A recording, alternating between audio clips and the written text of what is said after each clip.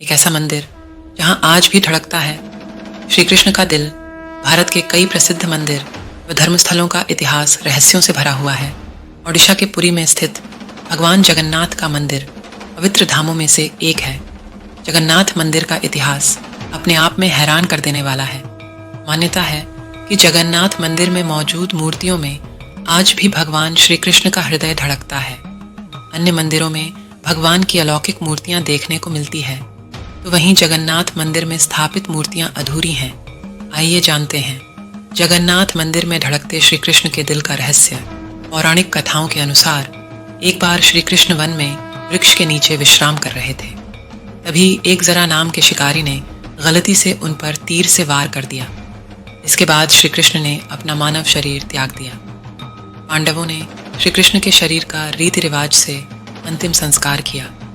तभी पांडवों ने देखा कि श्री कृष्ण का पूरा शरीर तो जल गया है, लेकिन उनका दिल अभी भी धड़क रहा है।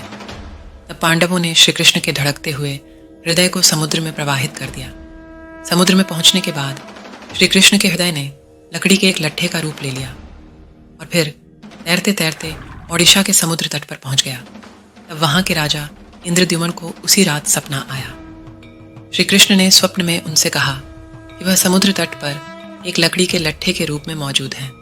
उस लट्ठे से मूर्ति का निर्माण करवाओ। सुबह उठकर राजा समुद्र तट पर पहुंचे। वहां उन्हें लकड़ी का लट्ठा दिखाई दिया। राजा इंद्रद्युम्न ने लट्ठे को लिया और फिर विश्वकर्मा की मदद से भगवान जगन्नाथ, बलभद्र और देवी सुभद्रा की मूर्तियां तैयार की और फिर मूर्तियों को पुरी के मंदिर में स्थापित करवाया गया। मान्यता के अनुसार मूर्तियों को हर 12 वर्षों में बदला जाता है। जब मंदिर की मूर्तियों को बदला जाता है, तब मूर्तियों में से ब्रह्म पदार्थ को निकालकर नई मूर्तियों में लगाया जाता है। ब्रह्म पदार्थ को श्री कृष्ण का हृदय माना जाता है। जगन्नाथ मंदिर के पुजारियों का कहना है कि जब वे भगवान का दिल नई मूर्तियों में रखते हैं, तब उन्हें अपने हाथों में कुछ उछलता हुआ महसूस होता है। मंदिर के पुजारियों का मानना है कि यह ब्रह्म पदार्थ है जो अष्टधातु से बना है और यह ब्रह्म पदार्थ जीवित अवस्था में है। इस ब्रह्म पदार्थ को देखने वाला अंधा हो सकता है या उसकी मृत्यु हो सकती है। इसलिए ब्रह्म पदार्थ को बदलते वक्त पुजारियों की आंखों पर पट्टियां बांध दी जाती हैं। हर वर्ष भगवान जगन्नाथ की रथ यात्रा आषाढ़ मास के शुक्ल पक्ष के दूसरे दिन निकाली जाती है और शुक्ल पक्ष के 11वें दिन समाप्त होती है। रथ यात्रा में सबसे आगे बलराम जी का रथ, उसके बाद देवी सुभद्रा का रथ और सबसे पीछे भगवान जगन्नाथ का रथ होता है। हर साल रथ यात्रा एक मज़ार पर आकर रुक जाती है और मज़ार के पास मकबरे में शांति से विश्राम करने वाली आत्माओं को याद करते हैं। उसके बाद रथ अपनी मंजिल की ओर आगे बढ़ जाता है। रथ बनाने के लिए नीम और हाँसी के पेड़ों की लकड़ियों का प्रयोग किया जाता है। जगन्नाथ रथ यात्रा शुरू होने के बाद गुंडीचा मंदिर पहुंचती है। यह भगवान की मौसी का घर है।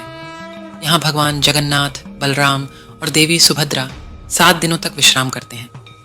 जगन्नाथ रथ यात्रा के तीसरे दिन यानी पंचमी तिथि को माता लक्ष्मी भगवान जगन्नाथ को खोजने के लिए आती है, जो मंदिर छोड़कर भ्रमण पर निकल गए हैं, जिससे माता लक्ष्मी नाराज हो जाती हैं और रथ का पहिया तोड़ देती हैं। इसके बाद माता लक्ष्मी हेरा गोहिरी साही पुरी नामक एक मोहल्ले में चली जाती हैं, जहाँ देवी लक्ष्मी का मंदिर है। बाद में भगवान जगन्नाथ द्वारा नाराज देवी को मनाने की भी परंपरा है। जगन्नाथ मंदिर के द्वार एकादशी को खोले जाते हैं। तब विधिवत स्नान करवाकर उन्हें फिर से प्रतिष्ठित किया जाता है। जगन्नाथ मंदिर का सबसे बड़ा रहस्य ये है कि इसके शिखर पर स्थित झंडा हमेशा हवा के विपरीत दिशा में लहराता है। कहा जाता है कि इस मंदिर के शिखर की छाया हमेशा अदृश्य ही रहती है। कहते हैं जगन्नाथ मंदिर के पास समुद्र है, लेकिन मंदिर के अंदर समुद्र की लहरों की आवाज़ किसी को भी सुनाई नहीं देती है। लेकिन मंदिर से बाहर आते ही समुद्र की लहरों की आवाज़ स्पष्ट सुनाई देने लगती है। जगन्नाथ मंदिर के ऊपर से कोई भी पक्षी या हवाई जहाज़ नहीं उड़ता है। इस मंदिर की रसोई सबसे ख़ास है। यहाँ भक्तों के लिए प्रसाद पकाने के लिए 7 बर्तन एक दूसरे के ऊपर रखे जाते हैं। हैरानी की बात यह है कि सबसे ऊपर रखे बर्तन में प्रसाद सबसे पहले पकता है, फिर नीचे की तरफ एक के बाद एक बर्तन में रखा प्रसाद पकता जाता है। यहाँ हर दिन बनने वाला प्रसाद भक्तों के बीच कभी कम नहीं पड़ता। कोई भक्त प्रसाद के बिना नहीं जाता है। लेकिन जैसे ही मंदिर का द्वार बंद होता है, वैसे ही प्रसाद भी खत्म हो जाता है। ऐसी ही और भी जानकारियों के लिए हमारे चैनल को सब्सक्राइब करें और कमेंट्स में जय जगन्नाथ भगवान ज़रूर लिखें।